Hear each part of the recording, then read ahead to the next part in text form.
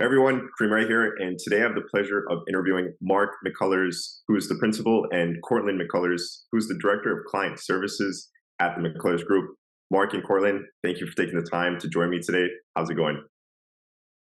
Thanks, Going Kareem. great, Kareem. Yeah, thanks for having us on. Great to be here. Thank you. Absolutely. So one of my favorite questions I love to ask my guests is just, could you guys both take us back in time and just share how you got involved in the beautiful game?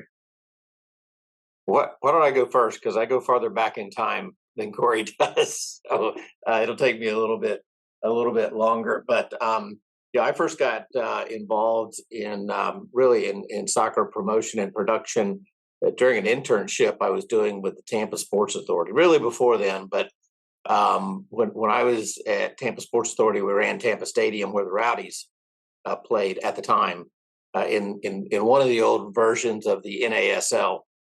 And so soccer was one of my responsibilities, one of the things that I supported in the Tampa Sports Authority. So I spent a lot of time, managing soccer events and paying attention to, what was going on. And so that was kind of really my first, business introduction to soccer promotion and production. And then, of course, my next step was moving to RFK Stadium in Washington, D.C., where we did a lot of soccer. We had the Maryland Bays were a tenant at RFK Stadium, but we also did a lot of international exhibition soccer, U.S. national team, and then, of course, the World Cup in '94. Nice. How about yourself, Cortland? That was a lot shorter than I thought it would be, Dad. Yeah. Yeah, so obviously my time working in soccer is a lot shorter. I've been with the company now for 2 years. But I think people always ask me what I like best about, our work and my job and what we do. My experience with soccer, I obviously grew up from the time I was about 3.5 to 4 years old when my dad was the president of the Crew. Stomping around Crew Stadium. So, I grew up playing soccer. I grew up around all the pros that played for the Crew. Grew up in the stadium. It was just really exciting, but it was really cool kind of seeing back in 1999 to 2000 when I was young. Soccer was still kind of trying to get a foothold in the United States. I still think it didn't command the respect that it really ultimately deserved. But the progression of that over the last 25 years to now, when I have started working in soccer, is pretty special. From way back in the day to now, MLS is building, $300 to $350 million stadiums in lower.com, just in our backyard. You got players that have really paved the way, like David Beckham, Zlatan Ibrahimovic, Messi obviously came, Thierry Henry, those guys.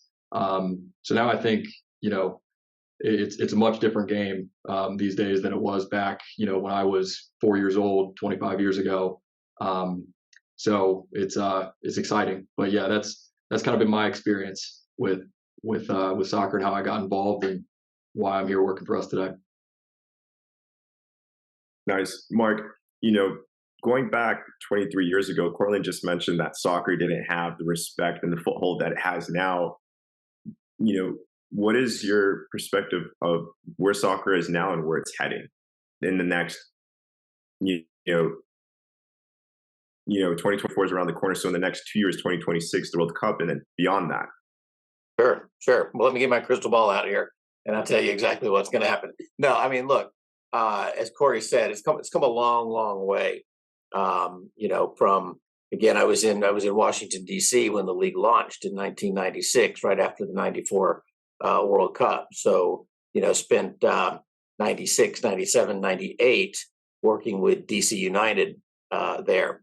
And, DC United was one of the more successful franchises, along with Columbus, in the early years of Major League Soccer. So I think the relevancy of the sport, I think back around, 2000, 2001, we still were answering the question, is soccer going to make it long term? We don't get that question anymore. That's just not something we hear anymore. So that right there is a major difference between, when we were, trying to build the foundation of the sport, versus what it is today.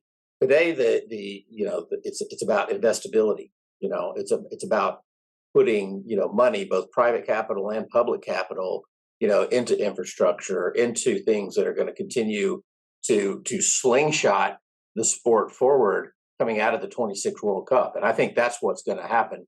And I know a lot of investors that we work with, that's their expectation as well. So, trying to be prepared for that and trying to leverage, and I'll use the term exploit that, I think people who see that are going to be part of that next wave of soccer in this country. And, that, to me, that filters on down into second division, third division, fourth division, so that, those levels of soccer now build out more like the international platform, has. And I think that's the growth spurt that we're experiencing today.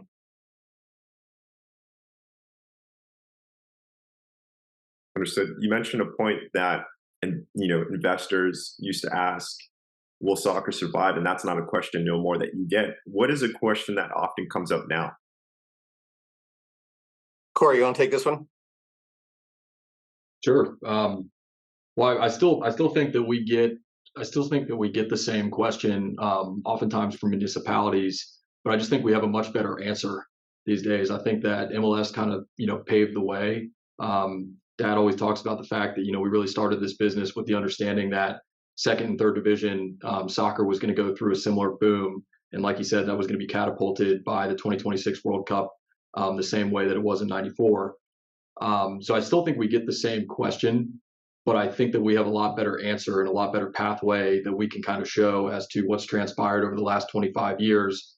To be able to show people, this is how we expect it to continue to grow over the next 20 years. And this is a great time for investors to participate, not just on the private side, not just on the team ownership side, but also from the municipality side, to invest in a product that is still up and coming in second and third division with the USL, but has enough of a foothold and is well enough established to where it's not really high risk. But again, there's kind of a North Star to point to, which is MLS and everything that's transpired over the last 25 years, to say now's a good time to invest, and here's what we anticipate the returns to be. Yeah, I mean, the questions we're getting today are those questions we're getting today are more about how much, right? What's the investment requirement, and what does that relate to? What am I getting for my investment? What do you think what's the projection that my investment's going to do over time? What's the ROI? I mean, it's those sort of financial questions that we're getting now versus, is this thing real or not? So you're starting to get into fundamentals, and I always tell prospective owners that in sports in general, in the industry, you can pretty much throw fundamentals out the window. It's still more about market scarcity and ego, and some other things that are more intangible. But there is that discussion of of investment and return on investment, and so we're transactional now and becoming more transactional in soccer than we've ever been. Understood. And Mark, what was it like working with the legendary sports entrepreneur Lamar Hunt in the construction of the first MLS soccer specific stadium, Crew Stadium? Well, it was. It's why I came to Columbus. Working with Lamar Hunt was one of the biggest, decision factors in me. Bringing my family halfway across the country, to build this little soccer stadium in Columbus, Ohio, and it met and exceeded all of my expectations. I remember when I first joined the Crew, and I remember vividly the first meeting that I was in, with Lamar Hunt, and everybody was calling him Lamar. And I just couldn't bring myself to call him Lamar. I had to call him Mr. Hunt, and I think I did for probably 3 months before I finally got, comfortable calling him Lamar like everybody else. It's a one name celebrity. So there's that kind of intimidation factor, but he's such a humble man, and just, working alongside him to see how his mind works, to see the creativity that he brings, the entrepreneurial spirit that he has, then just how he conducts himself, and how he interacts with people. I learned a lot. I learned a lot about how you can be successful, and I learned a lot about how I want to be successful. from Lamar during that time. And I learned a few things about building soccer stadiums as well in the process. Yeah. How long did you work with them? How many Well, years? I moved to Columbus in December of '98, and Lamar passed away in 2006. So about 8 years with Lamar personally, and then about 15 total years with the Hunt organization. Wow. I have this question for you, Mark, but I'm going to switch it to Cortland. So, Cortland, what are the three big key takeaways that your dad has passed on to you that he's learned from Mr. Hunt? Yeah, we talk about this quite a bit. I was pretty young when Lamar was around, so I don't have a lot of memories directly with Lamar, but I do remember him being an extremely nice, open, inviting person. I'd say the three things. One, Dad mentioned creativity. I think he was a visionary. Um, we share stories all the time, and I really appreciate when I hear Dad's stories about Lamar Hunt. In terms of being a problem solver too, and not taking no for an answer. Dad always tells me the story about Lamar starting the Kansas City Chiefs franchise. What year was that, Dad? Back in the '60s, '70s, maybe Early '60s, late '50s, early yeah. early '60s. So I mean, essentially, in a nutshell, he went and approached the NFL at the time and said he wanted to start a franchise in Kansas City when he was 26 years old, and they basically told him, "Yeah, okay, sounds good. Go away, kid." And he said, "Okay, I'm going to start my own league."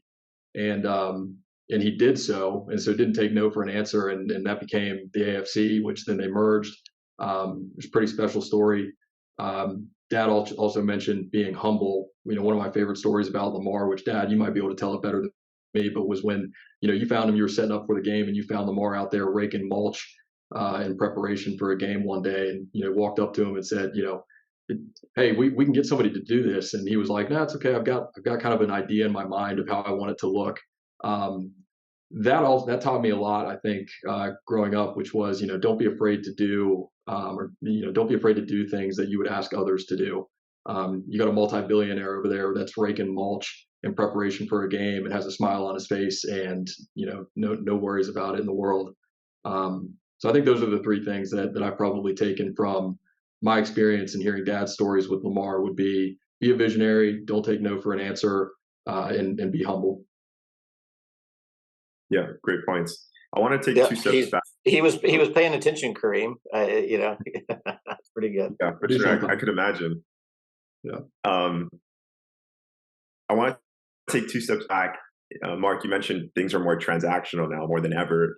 A question that just popped up in my head was, we had something crazy happen in 2020, COVID-19.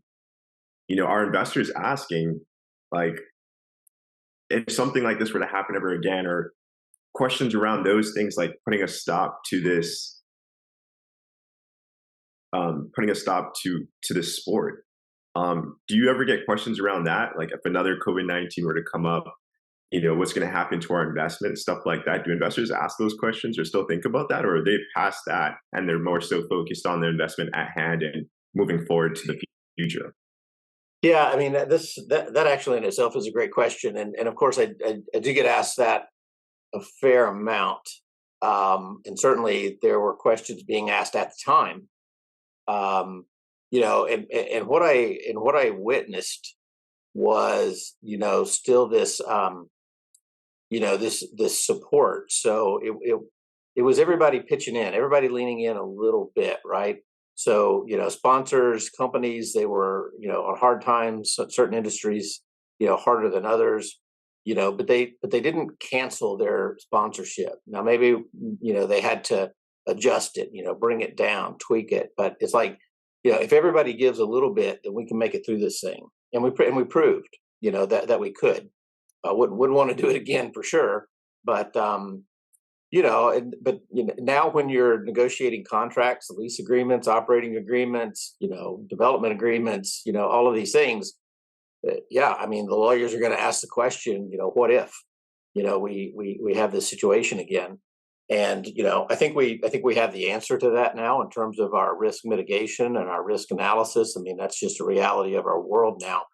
Is that something like this could impact our industry. And they say what what doesn't kill you makes you stronger, and it didn't kill us. And so I think we know how to maneuver, how to manage, but wouldn't want to have to do it again. Yeah, for sure. Crazy times. Mark, why did you start McCullers Group, and what do you guys do for those viewers watching right now that are going to be listening to this podcast soon? Yeah. Well, the genesis of McCullers Group was, as when the Hunt family sold the team in 2013, I had 1 year left on my contract, which represented 10 years as president and general manager of the crew, which is quite a long time for that position. So, they say things, happen for a reason. And with new ownership coming in, new vision, I just thought it was a good time to step aside and let Anthony Precourt, build the organization the way that he wanted to, and I was ready for a change. But what it did was it kind of forced me to look at alternatives, and so I could have again uprooted my family and gotten another front office job somewhere and kind of done the same thing over again. And we did have some success, so we did have a blueprint and a roadmap. But to me, this was more of the next challenge in my career, and I very much believed that second and third division soccer was going to follow the path of Major League Soccer, and that was going to require stadiums and training complexes, and the country just needs more soccer infrastructure. It's growing, and from the grassroots level to again the pro level, second division, third division, first division. So in anticipation of that, that's very intentionally why I started McCullers Group. I've known the leadership at the USL for decades, and so that was Alec Papadakis was the first call that I made in starting this venture. And while COVID set us aside for a minute, the reality of the growth of the sport and the needs and requirements of the sport, we're seeing that right now.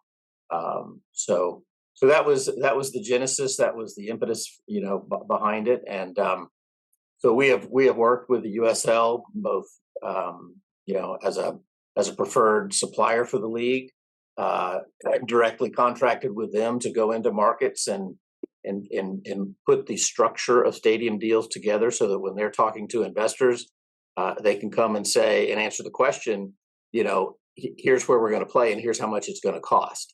And those are important questions, for investors. So we provide that service for the league and also owners. And answering that question involves, anything from the initial visioning of what we're trying to do in the market, looking for sites, because it all emanates from the site, then evaluating those sites, and then putting together the funding and financing structure, which not all sites are created equal as it relates to what sort of incentives and public sources could be applied. So we put the financial stack together. We put what we call the value proposition together. So the argument as to why this is a worthy project, why it is investable, whether it's private investment or public investment. So I always say there's two pieces to this. There's financial piece and then there's a sales piece. So we work on the financial piece, but we also work on the sales piece and communicating what the project's about, what the USL is about, and why it's worthy, economic impact, community uses, all of those sorts of things. And then we also negotiate the lease agreement or the operating agreement or the development agreement, that brings all that together. From there, we also have an arm of our organization that can actually oversee the construction and the project management. So really, it's a turnkey solution from the very beginning to identifying a site all the way to the end, which we call optimization. So even after the stadium is built, we're available to consult on its operation. We're available to provide sponsorship, services, merchandising services, other things that are going to optimize the operation of the facility. So it's really a turnkey type type of methodology that we employ. Yeah. What you mentioned a bit in the beginning, Mark, really means a lot to me. And you said that, you come from an MLS background, being involved in MLS, and you said a bit earlier on that you see the growing opportunity in Division Two and Division Three, and I think that means a lot to investors as well to invest in these opportunities because soccer is growing at all levels in the U.S. Uh-huh. Cortland, this might be a cheesy question, but why did you get involved at the McCullers Group, and what is your role at the company? Yeah, I've obviously always had a passion for sports. Soccer's always been really close to my heart, just with how I got brought up and being so close to the Columbus Crew, but also historic Crew Stadium, and kind of seeing how that was really pivotal for the community here. Um, so I graduated from Ohio State with a degree in economics. So I've always had a passion for real estate development, economic impact, things of that nature. Which, as Dad just mentioned, that's a lot of what we do. Very close to. I've actually moved out to DC for 4 years right after college, and the first thing that I wanted to do was get some pretty hardcore sales experience, as I call it. So I did that, and I think that was one of the best things that I could do was go out kind of separately on my own, learn how to sell, learn how to talk to people. I was out there in DC for 2 years, or 4 years total. Two of them were COVID. The last two were COVID, and it was a good stepping off point for me. And so I called my dad and asked if there was a position available and something that I could use kind of the experience that I got in DC and selling to help the organization. So that's how I got brought on board. So I help out a lot with our internal business development, but I'm also very involved in the development planning side of our business. As Dad mentioned, there's a big sales component to that, both on the investor acquisition side and then also on the P3 side. So a lot of what I do in development planning is answering the questions that Dad mentioned, which is, where are we going to play? How much is it going to cost? So it's putting together a stadium plan. It's putting together a strategy for execution, site selection and analysis, figuring out the stadium funding approach and the capital stack. And a lot of that deals with both the private dollars and then also the value proposition and, the public-private partnership, helping, how that can come together. And every market's different. Every scenario is different. Financial forecasting, lease and contract negotiation. It's pretty much everything from concept envisioning all the way till pre-construction when we start doing design and put a shovel in the ground. That's primarily what my role looks like right now. And then also, we do sponsorship sales as well. We represent a major event here in Columbus, Ohio. So taking what I learned in DC in sales and applying that and allowing us to help owners, I think in another way that really does become fully turnkey is something that I do also. Got it. What would you say is like one big key takeaway that you took away from sales? So I feel like you got to know the right questions to ask. The job that I was working out in DC, I was working for a managed services provider. So I was working primarily in the Navy portfolio, but I was talking from people on the lowest rung of a company to C-suite level executives, COOs, and CEOs across multiple different industries in NAVC, so finance, programming, engineering. It really allowed me to get a really strong base, I think, for how to relate to people. People want to do business with other people that they like. So I think that gave me, a pretty solid foundation of learning how to talk to people, learning how to ask the right questions to identify, what are your problems and how do we become the problem solvers for you to help you navigate what is a pretty complex process in terms of what we do. That, and then I think just overall, kind of working hard. I mean, we had to make 150 cold calls a day, was our requirement out there. So I think, also setting that as an expectation for myself moving into this job. Those are probably the two main things that I learned was, work hard, and figure out how to solve problems for other people. And that's how you be successful. Absolutely. Those are great points. Leading towards, more of the construction part of it, but I'll ask this one. What is the step-by-step process you guys take with an investor or an investor group once they have expressed interest in hiring the McCullers Group and have the capital to move forward, but maybe they don't have the market or the league identified yet, whether that's being NISA, MLS Next Pro, or USL One? Yeah, it's I mean, like Corey said, asking the right questions is critically important. So, when we first start talking to somebody, it's qualifying their vision, trying to understand their vision and, what it's going to take to bring that vision to reality. So, what are the options? How do we help guide them in that decision making process? And that can be somewhat subjective for them based on what their passion is. Which most owners have a passion for the community, so there's going to be some community related motivation there. But then there's a financial component to that also. So doing the due diligence, running the numbers, what's going to be the best situation. There's market analysis. They could be involved in that. So you're really just setting up the scope of, again, what's the issue at hand, and how do we go about solving for this on behalf of the owner, and giving them the information they need to move forward in a responsible way. But I mean, that's it in a nutshell. And then based on those qualifying questions and that information, we can establish a strategy and say, look, here's how we see this playing out. Here's what it's going to take. Here are the deliverables that we will provide. Here's how much time it's going to require, and here's how much it's going to cost. So it's that process is pretty similar, across the board. Whether it's somebody who is already operating a team and just trying to figure out how to get a stadium built, or what I think is a bit of our secret sauce, is that I have operated a professional team at the MLS level for a period of time, so. I see both sides of the organization and the enterprise, really all sides of it.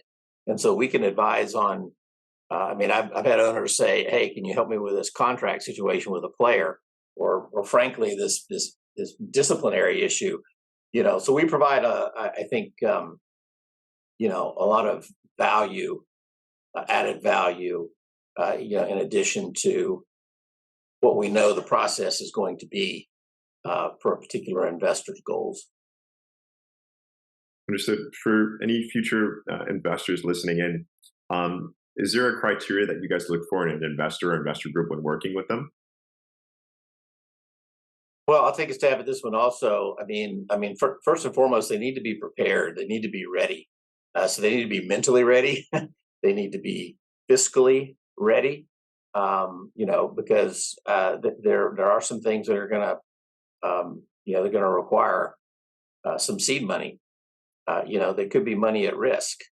And so, part of it is in the qualifying process is making sure that we explain, what's going to happen and what's going to be the budget for this pre-development phase, for example. So they need to be prepared. Local owners that have a passion for their community, that are doing things for beyond financial and monetary reasons, are often the most successful owners. Pete Trevisani comes to mind in New Mexico. That guy's made a difference in Albuquerque, with the brand, and it's because the brand is always bigger than soccer. It's about the community, and that struck a chord. So there's the why, in addition to the capacity, to embark on this journey. And so I think we look for, ideally people who are in it for the right reasons and get it, in terms of what the value proposition is for them and also for their community. Absolutely. I've had the opportunity of interviewing Peter as well, Trasani, on our podcast, and he does some pretty cool stuff. I remember asking him about the sponsorship on the jersey, and he said it's a free sponsorship from an art company that they're working with. So yeah, you mentioned community, and he's really involved. So he does some super cool stuff over there. Yeah, and as you mentioned, the community is a very important piece. Soccer is just the vehicle, but the community is what makes this asset work. Have you guys ever worked with any investor, like any EB5 cap, raised any EB5 capital for a project, or brought over? I've interviewed Marcus I'm going to butcher his last name, Marcus Wafferson. He owns Sarasota down in USL 2 club, and he's a foreigner coming from outside from Sweden. He's Swedish, and he's coming in at the USL 2 level, and he's building something great over there. Have you guys worked with any foreigners to launch any projects in the US? We haven't closed any EB5 transactions, but pre-pandemic we were working, with an owner who had some potential EB5 investors. So we were pretty deep in the process, at the time. So we have a good understanding of the investment and the associated immigration benefits that come with that investment. The Biden administration didn't renew EB5 until I think last summer of 2022. So it was in limbo there for a while. I think we all expected it to come back, but we didn't know what it was going to come back like. But now that's been renewed. And so we actually are working with 2 owners right now that are foreign investors. And EB5 is part of that capital stack that we're looking at. So it's a very effective tool. And a lot of international interest in investment in U.S. soccer right now. In regards to site selection, what criteria do you guys consider when selecting a location for a soccer stadium? Corey, you want to take that one? Sure. Yeah, there's quite a bit. So we've got an entire matrix that we've built out for analysis, and we kind of weight different things based on what is more important than other certain factors. But I mean, we take a pretty full look at all the criteria. So we're looking at things like, what does the ingress egress look like? What is the orientation of the stadium? Obviously, U.S. Soccer Federation requirements, you have to be oriented north-south plus minus 15 degrees. I think overall, right off the bat does the stadium even fit within those parameters? And if it does, then, we've got something to work toward. What's the constructability? How much remediation do we think is going to be required? Because that's going to increase the cost, obviously, the more problems that you have.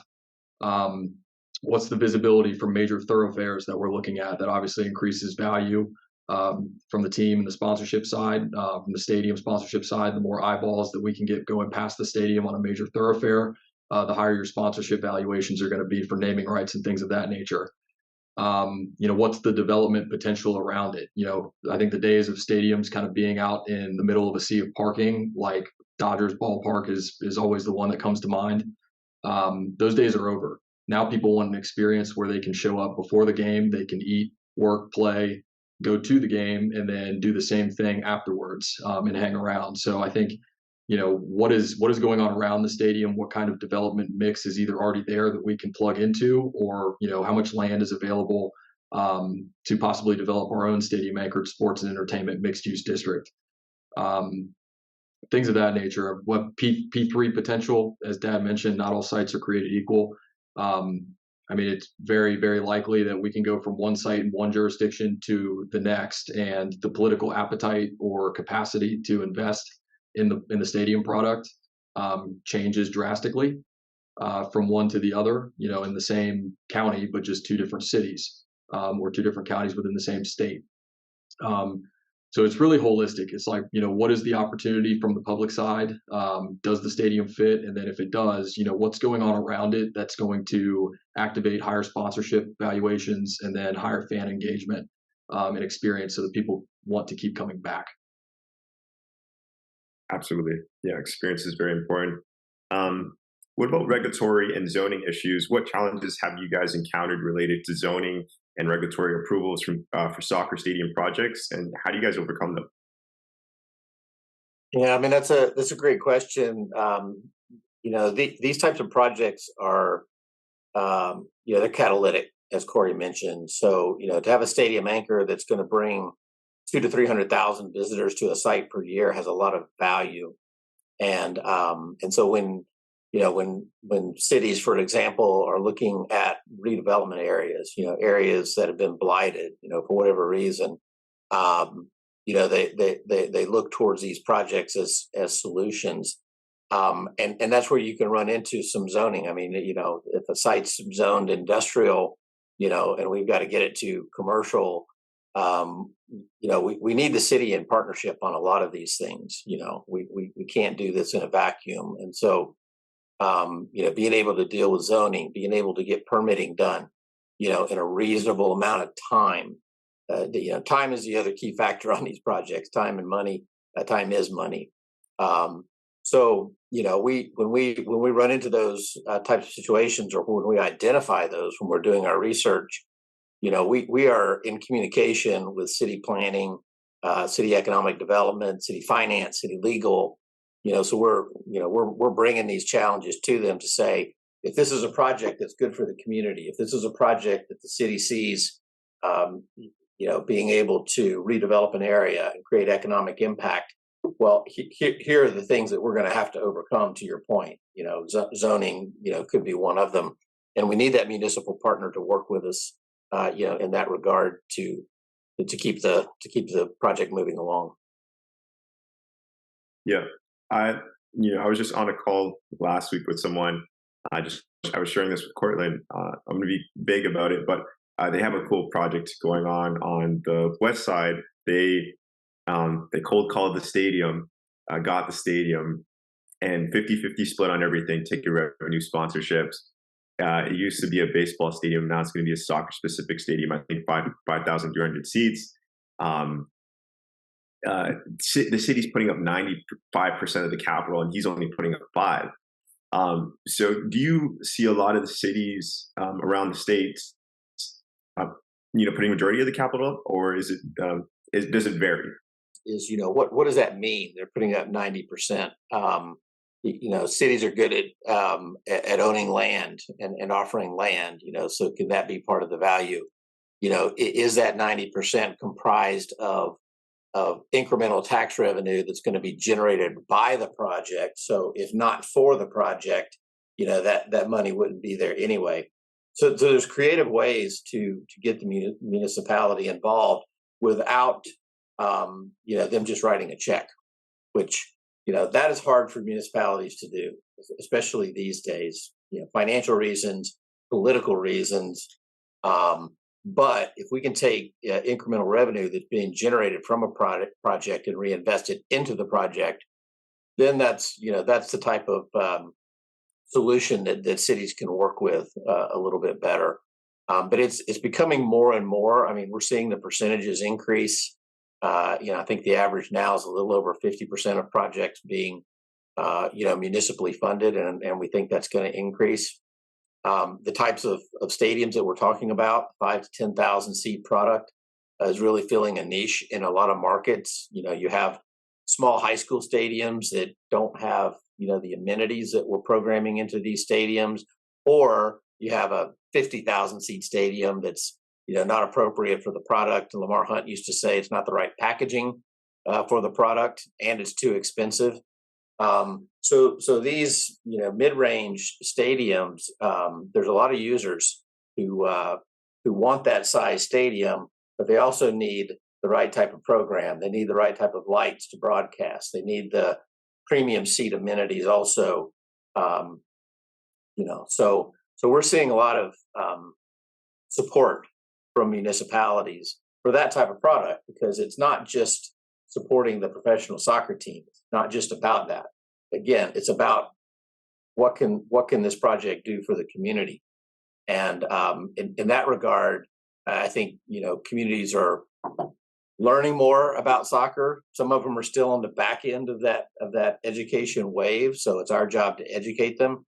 But we're able to show them the future, and that makes them more confident, because it's all about risk. It's all about risk mitigation. So the more that we can mitigate the risk, the more that the municipality is going to be willing to invest. Absolutely. Cortland mentioned a great point of fans enjoying the experience, of the product. And are you seeing a lot of investors build these brick and mortar stadiums now, or is it shifting over to a more cost-effective, faster stadium to put up a modular stadium, which I have to call a pop-up stadium or Lego stadium? Yeah, I mean, I can talk a long time about the term modular, which I think is misunderstood sometimes. I mean, there's some prefabricated solutions, that can work. But I think about the original Crew Stadium. I mean, it was 4 buildings connected by bleachers with lights and a video board and a field in the middle. I mean, that's the definition of modular. Modular can be very temporary in nature, or modular can be component oriented. That does come together faster. Our experience is we've yet to find a silver bullet that says that modular is cheaper, because frankly, by the time you take a prefabricated space, and if you need HVAC or plumbing or walls to create offices or anything like that, it becomes about the same price as, for example, a CMU block type of building. So we do have a model, where we can self-procure those component parts: the video board, the seats, field, the lights, and have the general contractor do the concourses and the foundations and the buildings and things like that. That I call it a stadium kit. So here's the design that's already in place. I also say we're channeling our inner Ray Kroc. So it's like McDonald's. It's a real estate play. Here's the design. Here's the equipment. Here's the operating manual. And we're gonna help you build it and operate it. We just got to find the right place to put it. So when I think about modular in terms of that, then yes, we're working on a solution there. But frankly, there's some investors that are just looking for the cheapest solution, and it's not always the best solution. We would rather come up with the right solution and fundraise towards that goal. Yeah. I mean, you only get one chance. I said I wasn't going to get up on my soapbox on modular, but the other thing that, and I won't call out any specific projects, but there's a revenue factor in terms of the stadium performance related to that design and that investment.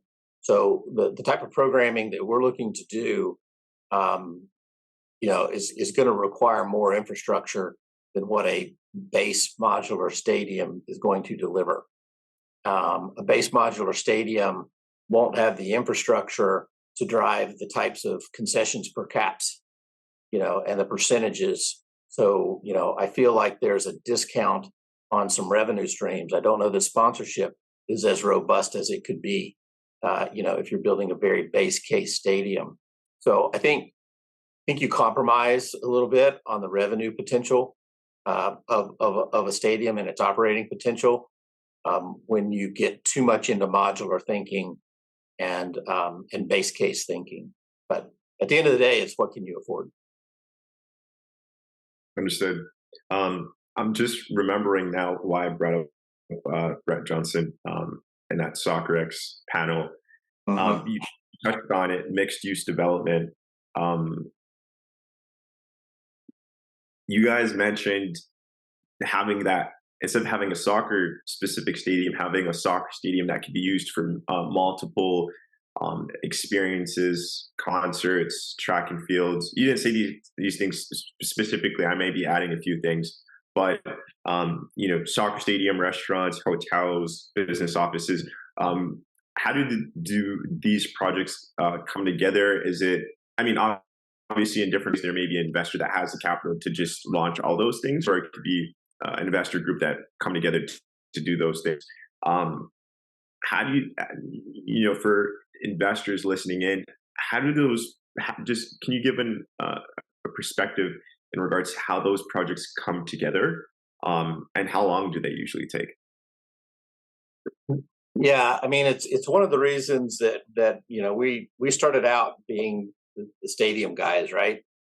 And virtually all of our projects are stadium anchored commercial mixed use development. So we are expanding our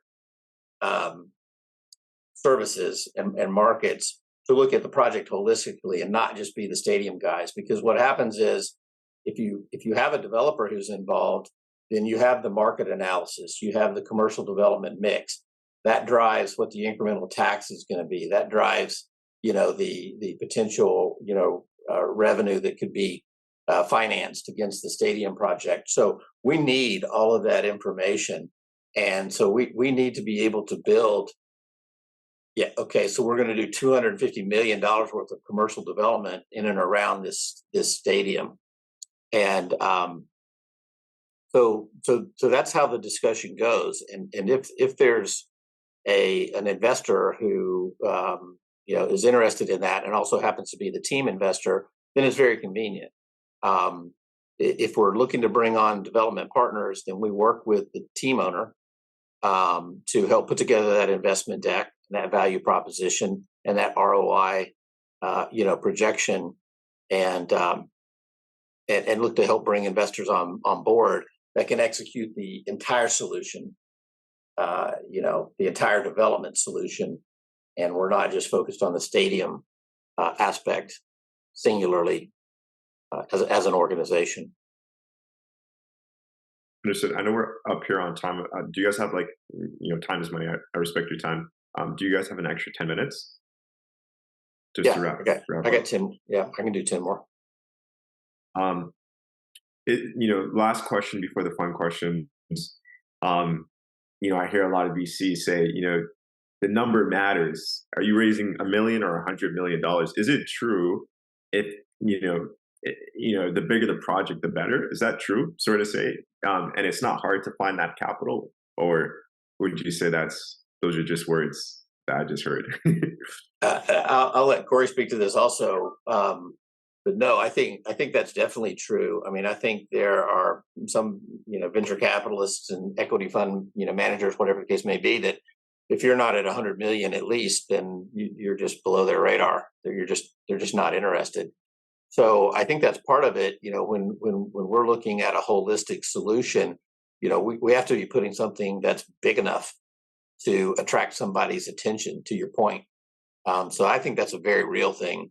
Actually, it's not always like that, but definitely in many cases, it's you got to have something with enough scale in order to get a certain level of investment interest. No, I mean, I agree. I agree with what he says. But you also have to right size, the team in the stadium, right? You don't want to build something that's 15 in terms of just the scale on that side. You don't want to build a 15,000 seater and only have 5,000 people attending your games. But I think to Dad's earlier point about getting involved in the holistic kind of vision behind not only just the stadium and the anchor tenant and the team, but also everything else that's going on around it. That's where you start to get to that scale that I think becomes very attractive and marketable to some of those VC firms that might be saying, it's not quite big enough. It's like, oh, well, okay, well, if we combine everything together and we're talking about $250 million, that should be big enough. Yeah, for sure. Well, that's good to hear. I'm glad to hear that. Just towards the end here, I got 9 fun questions. I guess we'll just play it. I'll just ask the first one, and then just both of you guys can answer it, and then we'll just go to the next one. The first one is, who is your go-to MLS team to watch at the moment, if you guys watch any games? Well, I don't get to watch as much as I used to, obviously. But as you can imagine, I still follow the Crew. So always looking for those guys to do well. I'm a Floridian by birth, so definitely interested in what's happening in Miami and that team. FC Cincinnati was my first client, and so I'm also definitely partial to FC Cincinnati and wish them a lot of success. I'm still a Crew fan. I still go to not as many games as I'd like, but I still probably attend 3 or 4 of them per year. And then I mirror what Dad said. I've watched so many Miami games this year just because of the Messi effect, and it's been some of the most entertaining, I think, product that I've seen in a long time. Which obviously that's what everybody expected. But yeah, the Crew and Miami FC, I would say, are the 2 that I watch the most. Do you guys have a favorite European team overseas? Yeah, Um, go ahead. I was just gonna say I'm a Wolverhampton fan. So when I lived out in DC, one of my friends, John, he was like, "I got to get more into the EPL, man. Let's pick a team together, and let's kind of just go all in on them." So we picked Wolverhampton, which it's not much success to be had there. I feel like it's like being a Browns fan in Ohio too. Can be a little bit hard sometimes, but that's who I follow very randomly. Yeah, I'm not following any sports teams as much as I would probably like to, but I've been an Ajax fan for a long time. So the Dutch were one of the anchor teams in Washington D.C. during the '94 World Cup, and so I got to spend a lot of time with Dutch fans and see a lot of Dutch football. I actually still have some orange wooden shoes that I traded for an RFK Stadium polo shirt. Uh, so um, so I'm a big Dutch football fan and a big Ajax fan, I would say, for Um, international. yeah, Ajax is a good team. And then of course I What is also your have to I got to throw back out at you that Boca Juniors from my time, down there signing Guillermo Barros Schelotto, is a team that I follow also as well, and spent some time in Brazil. So Botafogo is another one, just to sprinkle in some South American influence there. yeah? Do you guys have a favorite sport other than to watch, or that you guys go and watch in person? I was a golfer in high school, so I'm a huge golf fan. We've got a pretty big tournament here in Columbus, over in Dublin, the Memorial Tournament. So we go see that every single year. Typically, we'll get out there at least 3 of the days. So that'd probably be mine. Yeah, and I'm a big college football fan. My dad was a college football coach, for some major Southeastern Conference teams. So I really appreciate also being here in Columbus and the pageantry and the tradition of Ohio State. So I also like golf as Corey does, but given the history and the connection to my dad, college football has a special place in my heart. Messi or Ronaldo? Wow. It's a big one. Yeah, I mean it's hard to not say Messi in that situation. Um, you know, uh, just because it's probably fresher to everybody, than Ronaldo. But I got to go with Messi, right? Yep. What about Yeah, you, Corlin? that's a heavy hitting question, like LeBron or Jordan.